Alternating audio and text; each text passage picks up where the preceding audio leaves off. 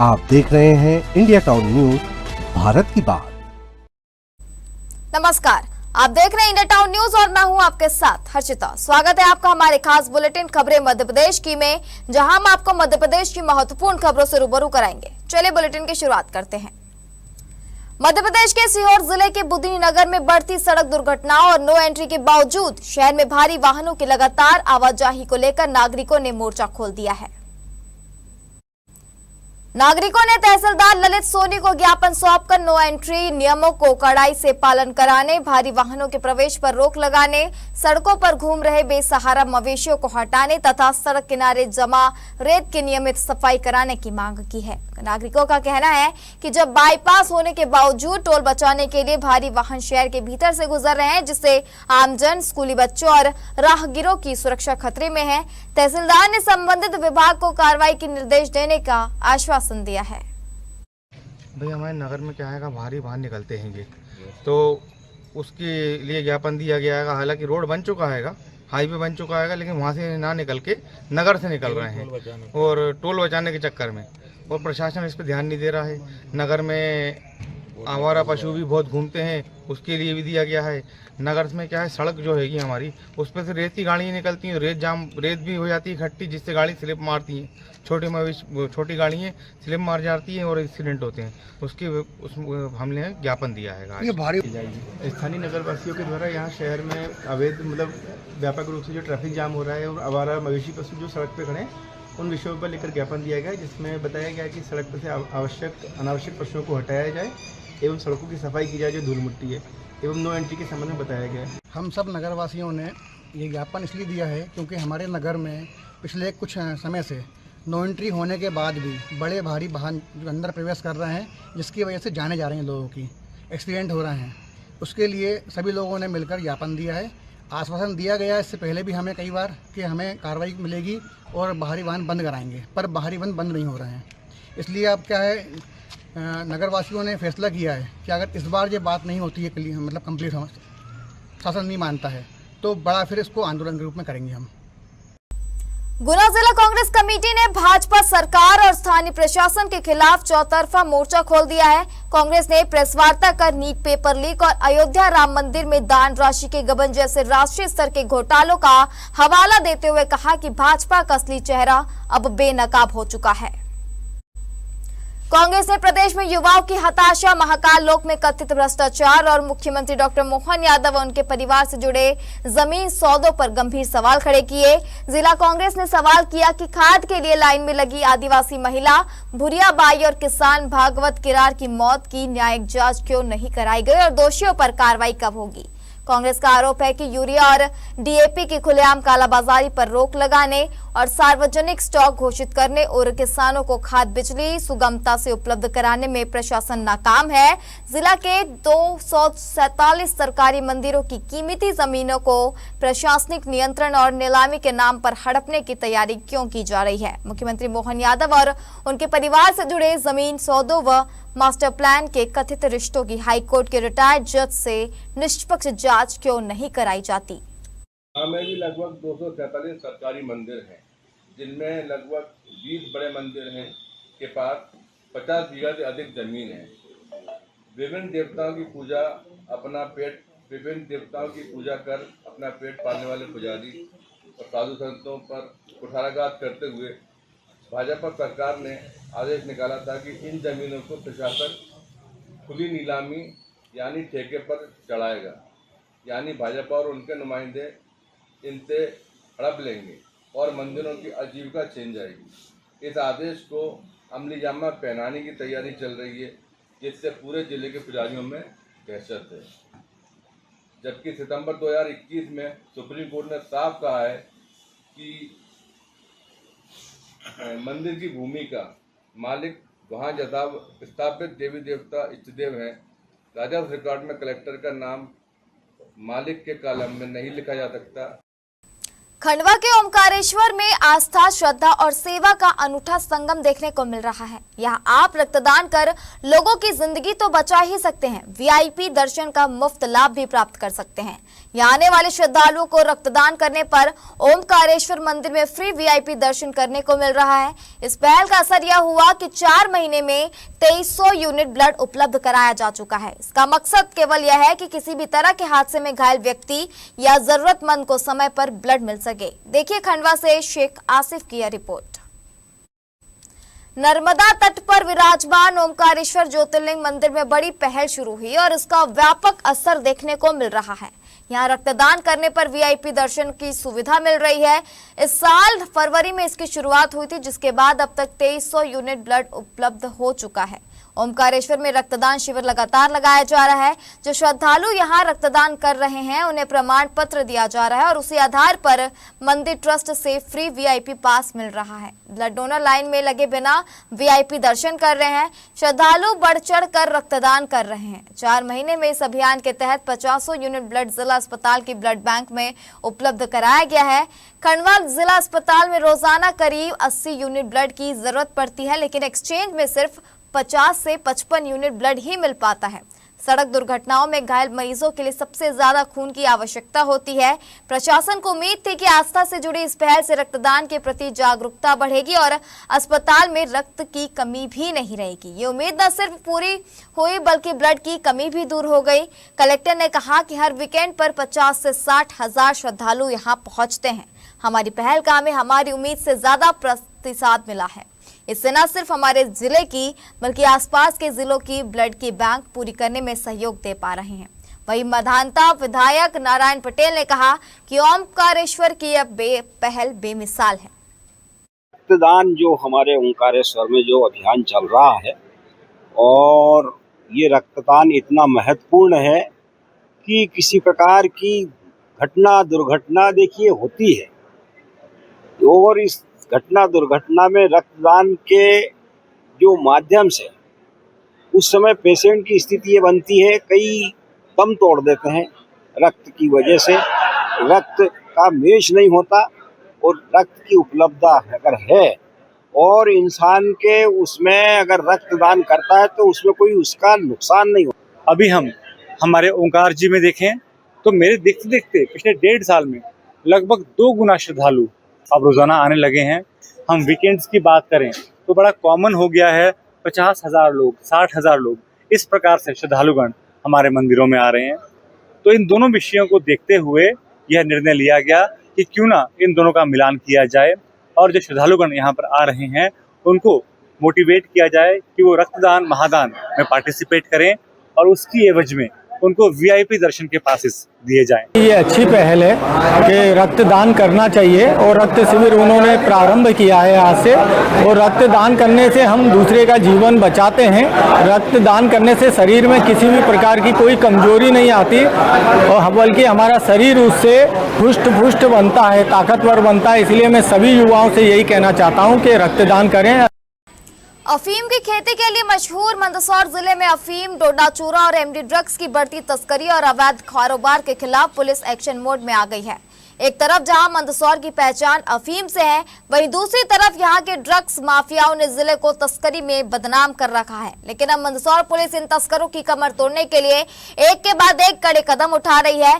Police अब तस्करों को सिर्फ सलाखों के पीछे ही नहीं भेज रही बल्कि उनके आर्थिक साम्राज्य को भी ध्वस्त कर रही है। देखिए मंदसौर से परमेश्वर सोलंकी की यह रिपोर्ट। मंदसौर पुलिस ने एक बड़ी कार्रवाई को अंजाम देते हुए पिपलिया थाना क्षेत्र के आरोपी रमेश पोरवाल पर smuggling and foreign exchange manipulator act safe मां के तहत कार्रवाई करते हुए उसकी 1,70 लाख रुपए की संपत्ति को फ्रीज कर दिया है। ये वो संपत्ति है जो तस्कर ने नशे के काले कारोबार से कमाई थी। पुलिस अधीक्षक विनोद बीना ने बताया कि जिले में इस एक्ट के तहत अब तक लगभग 385 करोड़ रुपए की संपत्ति को फ्रीज की जा चुकी है। इस साल अब तक 35 करोड़ रुपए की संपत्ति को फ्रीज की गई है। अन्य कई मामले में अभी न्यायालय में विचाराधीन है, जिनके भी जल्द ही फ्रीजिंग ऑर्डर आने की उम्मीद है। एसपी का कहना है कि नशा माफियाओं की आर्थिक रीढ़ तोड़े बिना इस कारोबार को पूरी तरह खत्म करना मुश्किल है, इसलिए अब उनकी अवैध कमाई पर ही प्रहार किया जा रहा है। पुलिस की यह कार्रवाई उन अपराधियों के लिए एक सख्त संदेश है जो यह समझते हैं कि अपराध की कमाई से बनाए गए महल सुरक्षित रहेंगे। मंदसौर पुलिस का यह ऑपरेशन क्लीन आने वाले दिनों में और भी तेज होने वाला है। नशे में लिप्त लोगों को कड़ी चेतावनी देते हुए पुलिस अधीक्षक ने कहा कि सरकार का लक्ष्य पूरे भारत को 2029 तक नशा मुक्त बनाना है। देखिए, थाना पिपलिया मंडी के अंदर नारकोटिक्स एक प्रकरण में रमेश चंद्र पोरवाल की हमारे द्वारा सफीमा पे की कार्रवाई उस पर की गई थी। सक्षम न्यायालय से हमें उसके आदेश फ्रीजिंग के प्राप्त हो गए, तो कुल मिला के उनकी 1 करोड़ 70 लाख के आसपास की प्रॉपर्टी को फ्रीज किया गया है। तो इस प्रकार सफीमा की कार्रवाई उनके विरुद्ध की गई है। पश्चिम रेलवे के महाप्रबंधक रामाश्रय पांडे ने जीआरएम अश्विन कुमार, एजीआरएम अजय कुमार के साथ ओमकारेश्वर रोड रेलवे स्टेशन का निरीक्षण किया। पांडे का समाजसेवी डॉक्टर राजेंद्र पलौड़, ओम बंस, लक्ष्मी नारायण राठी, राकेश गहलोत ने अभिनंदन किया। जीएम पांडे को जीआरएम अश्विन कुमार नवनिर्मित रेलवे स्टेशन के बारे में जानकारी दी। पांडे ने इस डबल स्टोरी रेलवे स्टेशन के प्लेटफॉर्म, विश्राम कक्ष और बोर्ड रूम का भी निरीक्षण किया। पत्रकारों से चर्चा करते हुए जीएम ने बताया कि उज्जैन सिंहस्थ 2028 तक इस रेलवे स्टेशन पर रेल का संचालन हो जाएगा। जीएम ने सनावर रेलवे स्टेशन में यात्री प्रतीक्षालय का निर्माण जल्द कराने की बात कही। उन्होंने ओमकारेश्वर में बाबा भोलेनाथ के दर्शन किए, सुबह आरती में शामिल हुए। वो हम लोग व्यवस्था जो करते हैं ना, कितना रेलवे को वहाँ से आय होता है, उस आधार पर हम लोग व्यवस्था करते हैं, जो सुविधाएं देते हैं। तो जहाँ भी हम लोग कुछ लोडिंग करते हैं, तो वहाँ पर जो मजदूर वर्ग हमारे भाई होते हैं, वो जो काम करते हैं, उनको सुविधाएं देते हैं। बाकी और अधिक सुविधाएं जो है, जितना उस स्टेशन का आय होता है माल से, उसके अनुसार। दूसरा सर ये था कि कनेक्टिविटी को लेकर सिर्फ सनावत से खंडवा की कनेक्टिविटी है। ओंकारेश्वर रेलवे स्टेशन कब से शुरू हो जाएगा, जिससे यहाँ पर दक्षिण को लेकर और इटारसी तक इधर के क्षेत्रों के लिए लोगों को कनेक्टिविटी मिल जाए। वो वही अभी देखने के लिए आए हैं, उसके बाद पूरे सेक्शन का रिव्यू करेंगे, तब इसके बारे में टारगेट के बारे में बताएंगे। अब वक्त हो चुका एक छोटे से ब्रेक का। आप बने रहिए इंडिया टाउन न्यूज के साथ। क्या आप बाल झड़ने से परेशान हैं? अब अपनाइए प्रकृति की शक्ति, पाइए घने चमकदार बाल और खूबसूरत दमकती त्वचा। प्रकृति का वरदान Rukhsana shine herbal beauty combo kit, प्राकृतिक जड़ी बूटियों से तैयार। अब पाइए खूबसूरत चमकते बाल और त्वचा। हर्बल गुणों से भरपूर ये कॉम्बो आपके बालों और त्वचा की देखभाल में मदद करता है। अब उपलब्ध Amazon, फ्लिपकार्ट और नीचे दिए गए लिंक पर अभी ऑर्डर करें और हर्बल केयर का अनुभव लें। उज्जैन जिले के ग्राम जगोटी में लगातार बारिश के चलते हालात बिगड़ गए हैं। गांव का एक वीडियो सोशल मीडिया पर तेजी से वायरल हो रहा है, जिसमें एक बुजुर्ग तेज बहाव में बहते दिखाई दे रहे हैं। हालांकि ग्रामीण की सतर्कता और साहस से उन्हें सुरक्षित बाहर निकाला गया। वहीं गांव के बीच से 22 घरों में पानी घुस गया है, जिससे लोगों को भारी परेशानी का सामना करना पड़ रहा है। ग्रामीणों का आरोप है कि समस्या की जानकारी देने के बावजूद जिम्मेदार जनप्रतिनिधियों और प्रशासन की ओर से कोई सुनवाई नहीं हो रही है। बारिश के कारण ग्राम जगोटी के आसपास के नाले उफान पर है। रूपनगर के पास तेज बहाव में 2 बाइक सवार भी नाले में गिर गए, जिन्हें गंभीर चोटें आई हैं। वहीं कैशूलाल अंजना की गाड़ी भी बहते पानी में फंस गई। लगातार हो रही बारिश से पूरे इलाके में दुर्घटना की आशंका बनी हुई है। ग्रामीण प्रशासन से तत्काल राहत और सुरक्षा इंतजाम की मांग कर रहे हैं, ताकि किसी भी बड़े हादसे से बचा जा सके। छतरपुर जिले के घुवारा उप स्वास्थ्य केंद्र में बीती रात एक्सीडेंट में घायल व्यक्ति को लेकर कुछ लोग पहुंचे थे, जहां इलाज के दौरान घायल के परिजनों ने किसी बात को लेकर ड्यूटी डॉक्टर आनंद यादव एवं नर्सिंग स्टाफ के साथ बहसबाजी करते हुए हाथापाई शुरू कर दी और डॉक्टर को चेंबर में भी तोड़फोड़ भी की गई। जानकारी के मुताबिक वहां पहुंचे कुछ लोग शराब के नशे में चूर थे। अस्पताल स्टाफ के साथ हुई दुर्घटना की सूचना पुलिस को दी गई। घटना की सूचना सुबह से जैसे ही आमजनों को लगी, तो वहां के नागरिकों तथा भाजपा कार्यकर्ताओं ने चक्का जाम कर दिया और आरोपियों पर सख्त कार्रवाई करने की मांग करने लगे। एसडीओपी और पुलिस अधिकारियों ने लोगों को कड़ी कार्रवाई का भरोसा दिलाया, फिर भी लोग चक्का जाम पर डटे रहे। पूर्व विधायक प्रद्युमन सिंह लोधी ने वरिष्ठ अधिकारियों से बात की और दोषियों पर कड़ी कार्रवाई करने के भी लिए कहा गया, तभी जाकर जाम खुल सका। इस पूरे मामले को लेकर सीएमएचओ डॉक्टर आरपी गुप्ता ने बताया कि डॉक्टर तथा नर्सिंग स्टाफ के साथ मारपीट के मामले में घुवारा पुलिस ने 11 लोगों पर एफआईआर दर्ज कर ली है। डॉक्टर गुप्ता ने बताया कि इस संबंध में वे एसपी को भी पत्र लिख रहे हैं। फिलहाल इस पूरे मामले के बीच एक चर्चा यह भी है कि रात के समय इमरजेंसी ड्यूटी में डॉक्टर मौजूद नहीं रहते, जिससे मरीजों को समय पर इलाज नहीं मिल पाता है और इस तरह की घटनाएं सामने आती है। मेरे द्वारा ये मामला संज्ञान में आया था कि वहाँ पे कुछ लोग एक मरीज को लेके आए थे जो ड्रिंक किए हुए थे। तो रात्रि का समय था, उन्होंने जो भी कारण रहा हो तो वहाँ पे नर्स थी, उसके साथ गाली गलौज और मारपीट करना शुरू कर दिया। जब डॉक्टर आए तो वो डॉक्टर के द्वारा भी मारपीट, जबकि डॉक्टर द्वारा वहाँ इलाज किया गया संबंधित मरीज का। और वो एक जो डॉक्टर द्वारा मुझे बताया गया कि किसी एक्सीडेंट में वो घायल हुआ था और उसको ज़्यादा चोट भी नहीं थी। उसके बाद भी वहाँ पे 15-20 लोगों ने उनके साथ मारपीट की, समझ स्टाफ के साथ मारपीट की, तोड़फोड़ की। हाँ, वहाँ हमारे जन सामान्य और हमारे कार्यकर्ता पार्टी के पदाधिकारी कुछ विषयों को लेकर नाराज़ थे। तो कुछ मांगे उन्होंने रखी थी कि क्या क्या होना है, परंतु कुछ बीच में सही तालमेल ना होने के कारण लोगों में भ्रांतियाँ हुई और लोग, हमारे पार्टी के कार्यकर्ता भी धरने पर बैठ गए, पदाधिकारी। परंतु जब उनकी मांगे हमारे पास आई और जब मैंने उच्चाधिकारियों से बात की तो बात में निकल के सामने आई कि जो कुछ भी उनकी मांगे हैं वो पूरी की पूरी मान ली गई हैं और प्रशासन वहाँ सक्रिय है और जितनी भी हमारे वहाँ आम लोगों की और हमारे पदाधिकारियों की मांगें थीं वो प्रशासन ने मानी हैं और तुरंत कार्रवाई भी हो रही है। बुंदेलखंड का केदारनाथ कहे जाने वाले छतरपुर जिले के श्री जटाशंकर धाम के चरणों में प्रकृति भी न्यौछावर हो गई। प्रकृति ने बाबा भोलेनाथ का अनूठा जल श्रृंगार और जलाभिषेक किया। इस अद्भुत दृश्य ने श्रद्धालुओं को भाव विभोर कर दिया। श्री जटाशंकर धाम में आखिर ऐसा क्या हुआ कि लोग आश्चर्य में पड़ गए, चलिए बताते हैं छतरपुर से अशोक कुमार सेन की इस दिल को छू लेने वाली रिपोर्ट में। जटाशंकर धाम में 2 पहाड़ों के बीच स्वयंभू भोलेनाथ विराजित है। यहाँ हर अमावस्या एवं पूर्णिमा तथा त्योहारों पर हजारों श्रद्धालु पावन कुंडों एवं गौमुख रूपी झरने से गिरते जल में स्नान कर स्वयंभू भगवान भोलेनाथ का जलाभिषेक करते हैं। इस देवधाम में हुई पहली बारिश से झरने का अद्भुत नजारा देखने को मिला। प्रकृति स्वयं बाबा भोलेनाथ का जल श्रृंगार और जलाभिषेक करते दिखाई दी। झरने से उछलता पानी धाम का वंदन करने लगा। पूरा धाम जलमग्न हो गया। यहाँ पहुंचे श्रद्धालुओं ने इस अद्भुत नजारे का आनंद लिया और अपने मोबाइल के कैमरे में बहते झरने को कैद कर लिया। बता दें, इस धाम में बरसात के दौरान अक्सर ऐसा नजारा देखने को मिलता है। बुंदेलखंड के केदारनाथ श्री जटाशंकर धाम में इस सीजन की पहली बारिश गुरुवार 2 जुलाई 2026 को हुई है और इस जोरदार बारिश के चलते यहाँ का नज़ारा एकदम शानदार हो गया है और लोग जिस दृश्यों को देखने के लिए लालायित रहते हैं वो यहाँ गुरुवार को देखे गए। दरअसल ये सिद्धाम पहाड़ी के मध्य में बसा हुआ है। 3 ओर से पहाड़ है और वहाँ से पानी बहकर जो निकलता है वो झरने से, सीढ़ियों से, तो एक अद्भुत आनंद की अनुभूति यहाँ होती है और बारिश में यहाँ का जो है प्राकृतिक श्रृंगार देखने को होता है।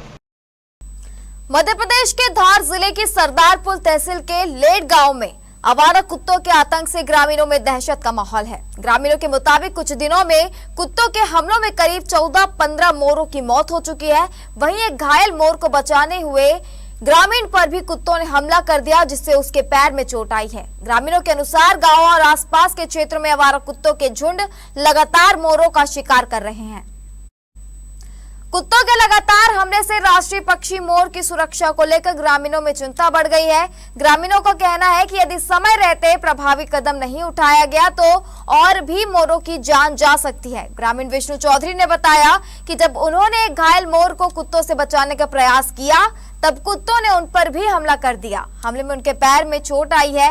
उन्होंने घायल मोर को उपचार करके घर पर रखा है। ग्रामीणों ने वन विभाग एवं स्थानीय प्रशासन से मांग की है कि क्षेत्र में आवारा कुत्तों के आतंक पर तत्काल नियंत्रण किया जाए, मृत मोरों के मामले की जांच कराई जाए तथा राष्ट्रीय पक्षी की सुरक्षा के लिए प्रभावी कदम उठाए जाए।